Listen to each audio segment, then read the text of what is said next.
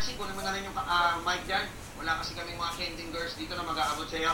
Anyway, ito po yung practice jersey, shooting jersey. Ito po si Robert Labagala na ibinigay po sa atin. Warmer po ito, ano, pag hindi ho naglalaro. Ito si Jimbo, maraming ganito. Gamit na gamit ho ni Jimbo, tsaka ni Yancy, yung ganito ho nila. So ito, pasok ka ka Percy. Ayan, so si Cap Percy, tawag sa kanya. Cap, bakit makapantawag sa inyo ng mga ibang mga fans ng Ginebra? Ito, Rapid Barangay Ginebra fan ho ito, no?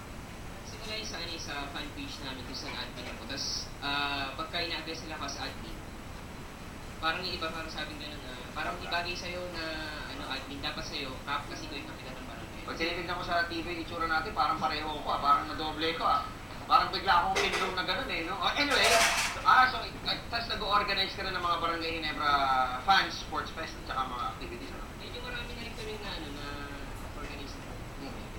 Minsan, sabay-sabay kami nag-jogging, basketball kami, friendly game, tapos laro din kami sa ibang fans.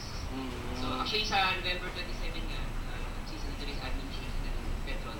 Meron kaming friendly basketball team sa circle. Buti naman, dali mo agad yung jersey na ito, no? Chamba-chamba, no? So, naswertehan mo, no?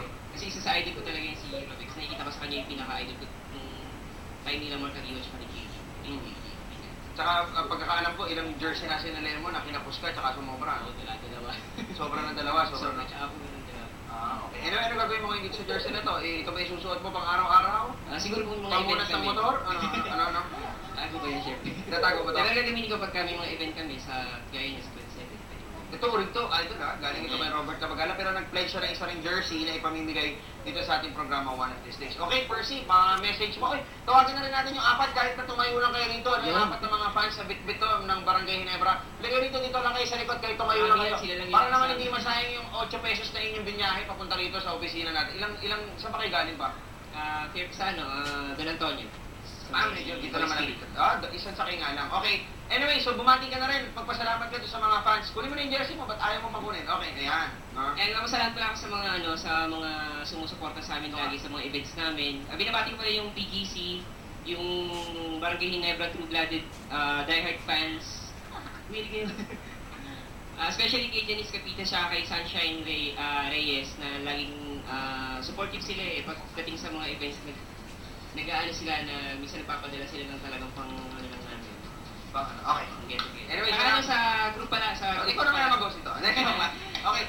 Salamat sa'yo, Percy, at may event kayo, no? This coming weekend, tama ba ako? Itong November 27. Tsaka pa rin sa group ko, yung 8,000 plus na members. Especially kay Renew James, saka kay Jeffrey Forbes. Okay, salamat sa'yo, Asawa ko. Okay, magpaparapol din tayo. Tsaka ito si Miss, no? Salamat sa'yo. Nasabi niya magparapol din daw tayo ng jersey ni JJ. Try mo namin humingi. Okay, thank you so much sa'yo, Percy. Thank you so much sa'yo, ma'am. Saka na kita interviewin, no? Marami lang kasi kami mga text pa na babasahin. Ayan. Salamat, Percy. Thank you so much sa mga fans. Okay, mamaya, papamigay ko naman itong jersey na ito ni Jimmy Alapag, ha?